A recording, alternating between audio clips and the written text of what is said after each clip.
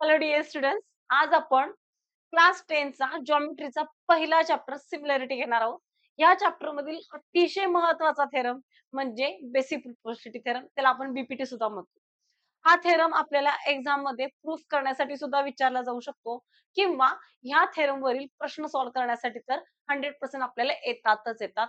अतिशय महत्वाचा असा हा थेरम आहे. तर हा थेरम कसा प्रूफ करायचा? त्यासाठी प्रूफ करण्यासाठी आपल्याला ह्या आधीच्या 4 प्रॉपर्टीज, 4 कंडिशन्स लक्षात असणं खूप महत्वाचं आहे. कोणत्या condition? Areas of ratio of areas of two triangle आणि त्याचा व्हिडिओ मी ऑलरेडी अपलोड केला आहे. जर तुम्ही अजूनही पाहिला नसाल तर त्याची लिंक मी डिस्क्रिप्शन बॉक्समध्ये देते. तिथून तुम्ही तो नक्की बघू शकता. तर बघा, थोडं मी तर सांगते की ratio of areas of two triangle म्हणजे काय? की जर समजा की आपल्याला 2 ट्रायंगल दिलेले आहेत. दोघांचाही बेस किंवा हाईट सेम नाहीये, तर त्यांचा रेशो कोणाच्या प्रपोर्शनमध्ये येतो? त्याच्या बेस आणि हाईटच्या प्रॉडक्टच्या प्रपोर्शनमध्ये आपल्याला 2 ट्रायंगलचा एरियाचा रेशो मिळतो. पण ज्यावेळी बेस सेम असेल, दोन्ही ट्रायंगल आपल्याला दिले, 2 ट्रायंगलचा जर बेस सेम असेल, तेव्हा मात्र त्या 2 ट्रायंगलचा रेशो, एरियाचा जो रेशो आहे, तो आपल्याला त्यांच्या हाईटच्या प्रपोर्शनमध्ये मिळतो. थर्ड प्रॉपर्टी आपण बघितली होती, जेव्हा 2 ट्रायंगलची हाईट सेम आहे आणि बेस वेगवेगळा आहे, त्यावेळी त्या 2 ट्रायंगलच्या एरियाचा जो रेशो आहे, तो मात्र आपल्या बेसच्या प्रपोर्शनमध्ये मिळतो. आणखी जर दोन्ही बेस आणि हाईट दोन्ही इक्वल असतील 2 ट्रायंगलचे, तेव्हा मात्र एरियाचा जो रेशो आहे तो 1:1 आपल्याला मिळतो. ह्या 4 प्रॉपर्टी आपण बघितल्या होत्या आणि ह्या 4 प्रॉपर्टीचा यूज आपण हा थेरम सॉल्व्ह करण्यासाठी घेणार आहोत. तर बघा आपल्याला काय दिलेलं आहे? बीपीटी म्हणजे काय? काय दिलेलं आहे बघा आधी. If a line is parallel to a side of a triangle. एक लाईन आहे जी काय आहे, एका ट्रायंगलच्या एका साइडला जर पॅरलल असेल, तर काय आहे बघा, parallel of the side of a triangle and intersect the remaining two sides of the two distinct points, then the line is divide the sides in the same proportion. म्हणजेच एक जर लाईन, अशी कोणतीही लाईन एका ट्रायंगलच्या एका साइडला जर parallel असेल आणि रिमेनिंग टू साइडला जर टू डिस्टिंक्ट पॉइंट्स मध्ये डिवाइड करत असेल, तर जो तुमचा रेशो येतो, तो रेशो काय असतो? सेम असतो. म्हणजे एडी अपॉन बीडी आणि एई अपॉन ईसी तुमचा इथे रेशो काय असणार आहे? सेम असणार आहे. हा आपला थेरम आहे. तर त्याला प्रूफ कसं करायचं? गिव्हन बघा, गिव्हन काय दिलेलं आहे आपल्याला? Line l is parallel to the BC. आपण गिव्हन लिहून घेतो. नंतर प्रूफ करायचं आपल्याला AD upon DB is equal to a upon EC, हे आपल्याला प्रूफ करायचं आहे. तर हा थेरम प्रूव्ह करण्यासाठी आपल्याला थोडंसं कन्स्ट्रक्शन करावं लागेल. कन्स्ट्रक्शन काय करावं लागेल बघा. मी हे जोडून घेते, म्हणजे बीई आणि डीसी जॉइन करते. इथं कन्स्ट्रक्शन आपण लिहून घेऊ. कन्स्ट्रक्शन केलं आपण ड्रॉ डीसी अँड बीई. हे झालं आपलं कन्स्ट्रक्शन. आता यामध्ये बघा काय करायचंय. प्रूफ. प्रूफ मध्ये बघा, सगळ्यात आधी मी काय करते, एक ट्रायंगल घेते. कोणता ट्रायंगल?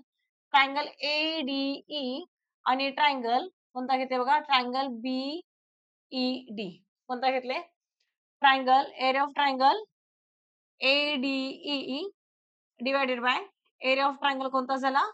बीडीई. बीडीई.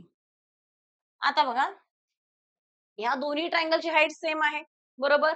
मग बेसच्या प्रपोर्शन मध्ये असणार आहे. जेव्हा हाईट सेम असेल, तर त्यांच्या एरियाचा जो रेशो आहे, तो कोणाच्या प्रपोर्शन मध्ये असतो? बेसच्या प्रपोर्शन मध्ये. मग आता इथे बेस कोणता झाला तुमचा? एडी आणि बीडी. हा बेस झाला का? येस झाला. मग इथे तुम्ही लिहा एडी अपॉन बीडी आणि इथे रिझन मध्ये लिहा heights are equal, then areas proportional to their bases. Areas proportionate या प्रोपोर्शनल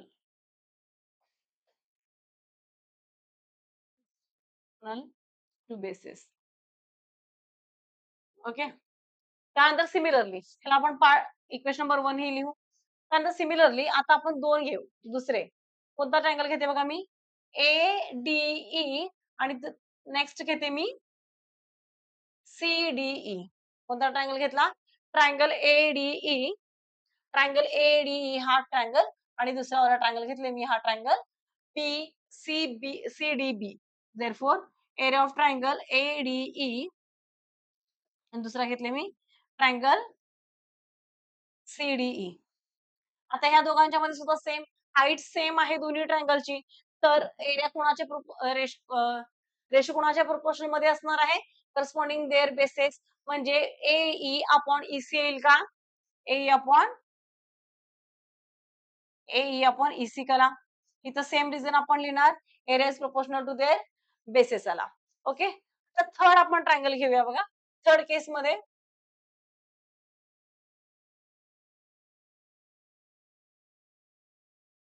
मध्ये मी ट्रायंगल घेते.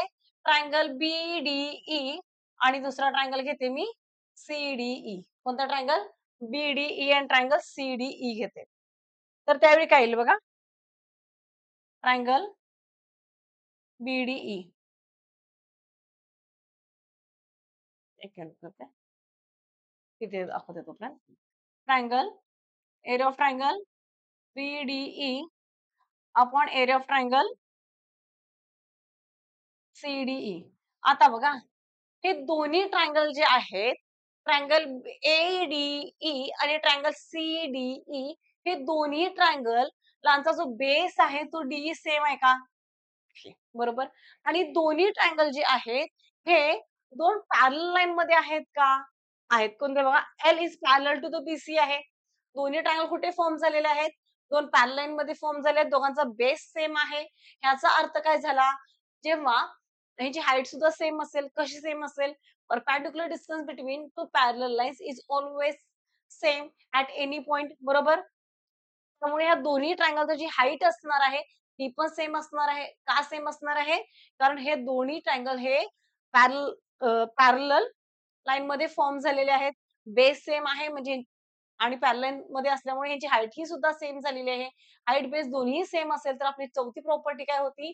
जेव्हा हाईट आणि बेस दोन्ही सेम असतात, तेव्हा त्यांच्या एरियाचा जो रेशो असतो तो 1:1 असतो. म्हणजेच एरिया ऑफ ट्रायंगल तुमचा इथे BDE is equal to area of triangle BDE is equal to area of triangle तुमचा इथे CDE झाला. बरोबर?